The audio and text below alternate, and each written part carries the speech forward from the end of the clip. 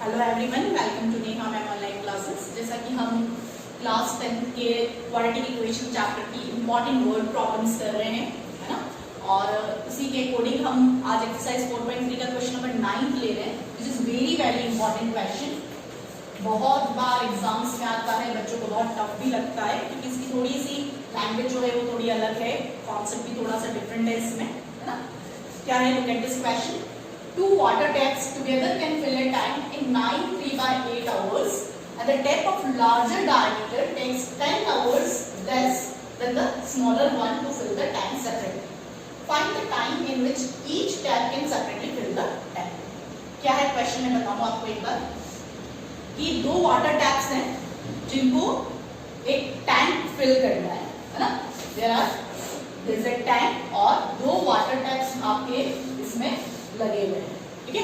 And here we have the diameters of this two water taps is given as the tap of larger diameter takes 10 hours less. जो बड़ा वाला tap है जिसकी diameter ज्यादा है, obvious है उससे पानी ज्यादा आएगा, जल्दी वाटर टैंक भरेगा। तो जो लार्जर टैप है आपका, suppose this is larger one, larger diameter का टैप है, तो वो 10 आवर्स कम लेगा स्मॉलर वाले टैप्स, ठीक है। तो हम यहाँ पे मान लेते हैं कि सपोज कि स्मॉलर वाला टैप जो है वो t आवर्स लेता है ना, एंड दैट मींस कि लार्जर वाला टैप जो होगा वो क्या होगा, t माइनस 10 आवर्स कम लेता है। ऐसा जरूरी नहीं है कि आप उसी को ही t लो। हम कुछ स्टूडेंट चाहें कि लार्जर वाले को t ले हम, तो हम इस वाले को क्या ले सकते हैं, t प्लस 10 आवर्स की। ये t लेता है तो इससे ज्यादा टाइम लगेगा, कितना टाइम ज्यादा लगेगा, 10 आवर्स ज्यादा लगेगा। तो हियर लार्जर को अगर हम t ले रहे हैं तो इसको t प्लस 10 लेना है, और अगर आप स्मॉलर को t ले रहे हो तो लार्जर वाले के लिए t माइनस 10 आवर्स आप लेट कर सकते हैं, ठीक है। नाउ अब क्वेश्चन में ये दिया है हमें कि find the time in which each tap can separately fill the tank. कि ये जो टाइम हम ले रहे हैं वो क्या है, अकेला अगर सिर्फ लार्जर टैप अगर हम ओपन करें तो पानी भरने में कितना टाइम लगेगा, दैट इज t।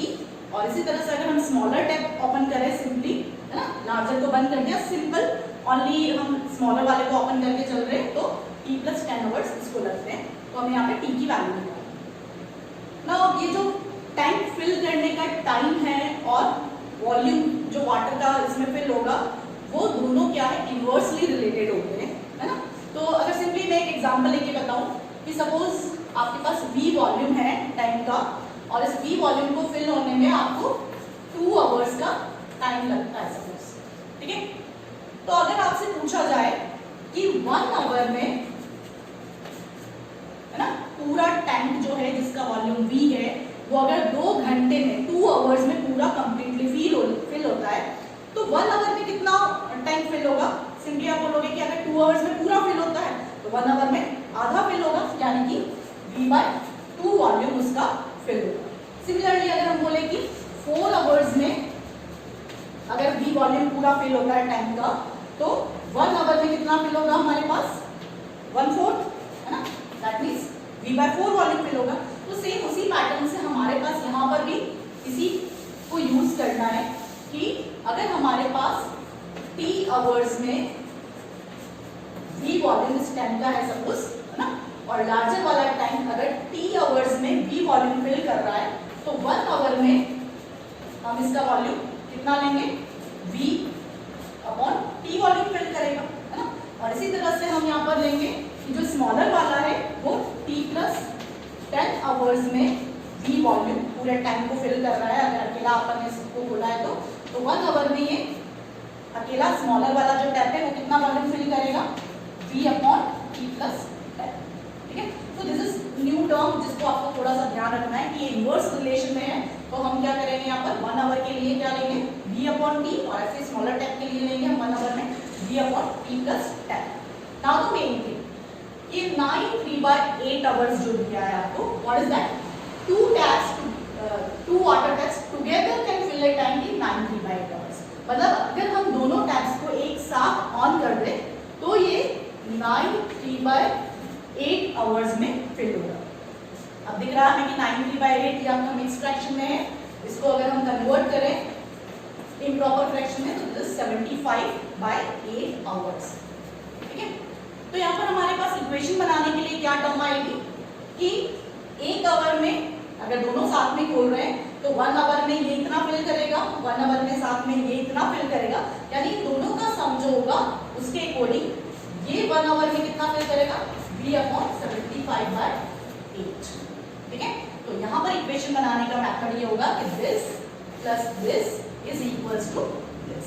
ठीक है, तो एक बार मैं इसका रिटर्न पार्ट पूरा ढंग से बताती हूँ कि क्या हो रहा है। ये एक्सप्लेनेशन जो बताया वो हेल्प करेगा आपको लिखने में कि क्या हम चाह रहे हैं। तो let the volume V of tank filled by larger tap in time T hours। ठीक है, कि हमने लार्जर टैप के लिए V वॉल्यूम फिल करने के लिए T आवर्स ले रहा है, ये लिखा। Then so time taken by smaller tap to fill tank is equals to T plus 10 hours। Is it clear? Now, जैसा कि अभी हमने बोला कि अगर हम 1 आवर की बात करें कि 1 आवर में लार्जर टैप कितना वॉल्यूम फिल करेगा, है ना। So the volume of tank filled by larger tap in 1 hour, है ना, दिस इज 1 आवर, है ना। 1 आवर में कितना वॉल्यूम फिल होगा, V/T, this is the volume and this is the time. ठीक है, 1 आवर में कितना वॉल्यूम फिल हुआ लार्जर टैप से, V/T वॉल्यूम। सिमिलरली हम सेम स्टेटमेंट स्मॉलर टैप के लिए लिखेंगे and volume of tank filled by smaller tap in 1 hour। सबके लिए 1 आवर की टर्म निकालेंगे, तो this is V/T plus 10 volume, this is the volume. ठीक है, नाउ अब मेन टर्म पे आए कि अगर हमने दोनों टैप्स को एक साथ ओपन किया है तो ये पूरा टैंक का V वॉल्यूम कितने आवर्स में फिल होगा, 9/3/8 आवर्स में। तो इस स्टेप को मैं यहाँ पे लिख रही हूँ।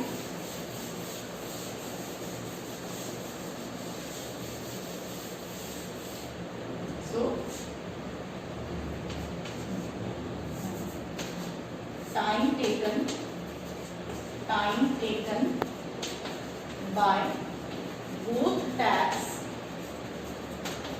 to fill V volume of tank is equals to 9/3/8 hours, that means 75/8 hours। ठीक है, V वॉल्यूम फिल करने के लिए दोनों टैप्स को अगर एक साथ ओपन किया जाए तो कितना टाइम लग रहा है, 75/8 आवर्स, जो कि आपको गिवन था, है ना। अब ऐसे ही जैसे हमने यहाँ पे 1 आवर के लिए निकाला, वैसे ही इन दोनों टैप्स को अगर हम एक साथ ओपन करें तो 1 आवर में कितना वॉल्यूम फिल होगा, हम वो निकालें। So volume of tank filled by both taps in 1 hour।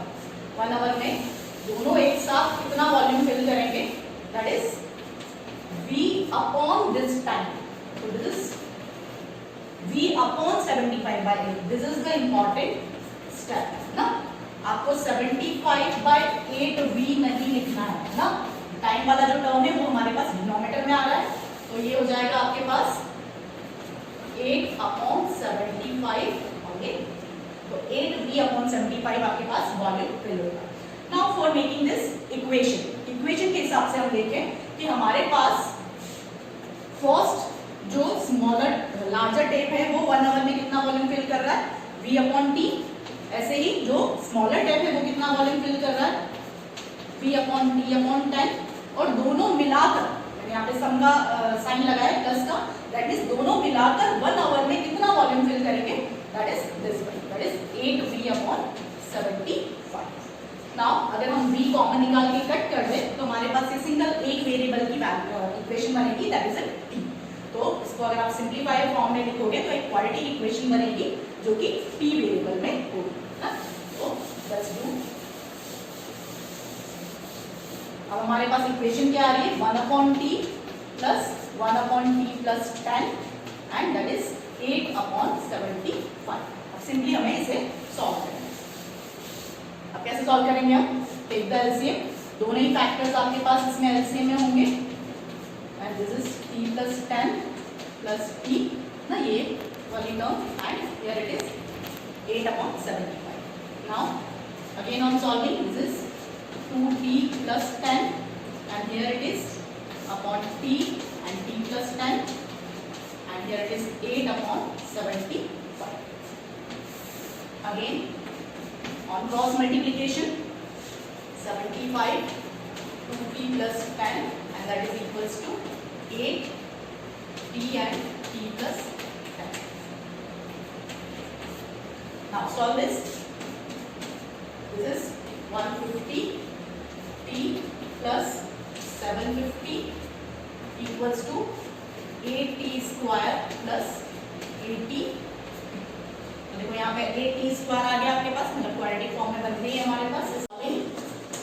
we get 8t square plus 80t और ये दोनों टर्म्स उस साइड जाकर आपके पास नेगेटिव हो जाएगी तो -150t minus 750 equals to 0. Now simplify करें अगर इसे हम तो 8t square and this is 70t and minus 750 equals to 0. Now a simple सी क्वाड्रेटिक इक्वेशन आ गई जिसमें हमारे पास a है 8, b is -70 and c is -750. तो इसे हमें क्वाड्रेटिक फॉर्म में पुटअप करना है. तो we have quadratic formula as x equals to -b plus minus root b square minus 4ac upon 2a. But हमारे पास यहाँ पर वेरिएबल सब जगह t चल रहा है तो हम यहाँ x नहीं लिखकर हम t पुटअप करेंगे ना, t के लिए फॉर्मूला चलता है आपका.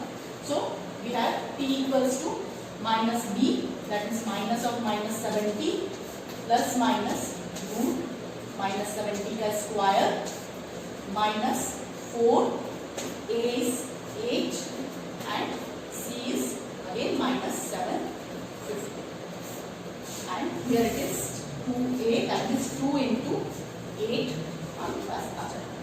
now simplify करें फिर से हम, we have 70 plus minus root 70 का square 4900 and minus minus will be plus and here it is 24,000. Okay, and now denominator is 60. Now 8 is we have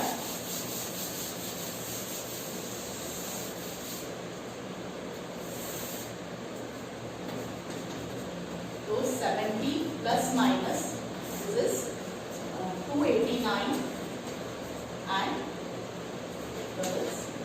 upon 60. अब सिंपली 289 हमें पता है कि 17 का स्क्वायर होता है तो हमारे पास यहाँ पे डायरेक्ट वैल्यू आ जाएगी प्लस माइनस 70 और 20 का 10 क्योंकि 100 का स्क्वायर रूट क्या होता है आपके पास 10 and this is 60. Again on solving we have t equals to 70 plus 170 upon 16 and 70 minus 170 upon 16. Simply हम इसे सॉल्व करें, this is 240 upon 16 and this is minus 100 upon 16. अगर कट करें हम इसे तो दिस 15 टाइम्स है ना, तो t के आपके पास दो वैल्यूज आ गई यहाँ पर एंड कर दें. So we have t equals to 50 and t equals to minus 100 upon 16. अब सिंपली t हमारा टाइम चल रहा है और t नेगेटिव में नहीं हो सकता टाइम, दैट मीन्स इसे हम रिजेक्टेड. दैट मीन्स कि हमारे पास t की जो वैल्यू आई वो क्या आई 15 आवर्स. और 15 आवर्स हमने किसका टाइम लिया था, लार्जर वाले डायमीटर के कैप का. taken by larger date is equals to 15 hours. ठीक है, और दोनों टेक्स्ट का आपको टाइम निकालना है और ये कौन सा टाइम है तो ये सेपरेटली फिल करेंगे. ठीक है, तो time taken by smaller date is equals to t plus 10 था आपके पास, that means 15 plus 10 that is 25 hours. ठीक है, तो आपके पास जो आंसर आया इस क्वेश्चन का that is 15 hours and 25 hours. दोनों टेस्ट जो है वो सेपरेटली 15 आवर्स और 25 आवर्स में इस टाइम को फिल करें. ये बहुत ही इंपॉर्टेंट क्वेश्चन है आपके इस चैप्टर का और इसमें 9 3/8 वाली जो टर्म्स है 10 आवर्स वाली टर्म है वो कुछ भी चेंज करके भी आपको नया क्वेश्चन पुट अप कर सकते हैं. तो आपको सिंपली ध्यान ये रखना है कि वॉल्यूम और टाइम का जो रिलेशन है वो इनवर्सली प्रोपोर्शन के फॉर्म में होता है. तो हमें इक्वेशन जो फ्रेम करनी है वो बहुत ध्यान से करनी है. ठीक है, तो आई होप कि आपको ये समझ में आ गई होगी ये प्रॉब्लम, वर्ड प्रॉब्लम. और कुछ प्रॉब्लम है आपको कुछ समझ में नहीं आई है कोई पर्टिकुलर स्टेप तो आप कमेंट बॉक्स में कमेंट कर सकते हैं.